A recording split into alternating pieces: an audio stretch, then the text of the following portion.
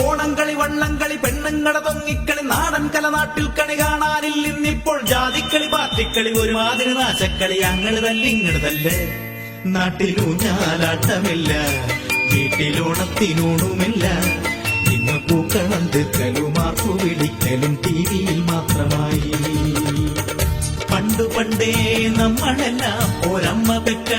മക്കളെ പോ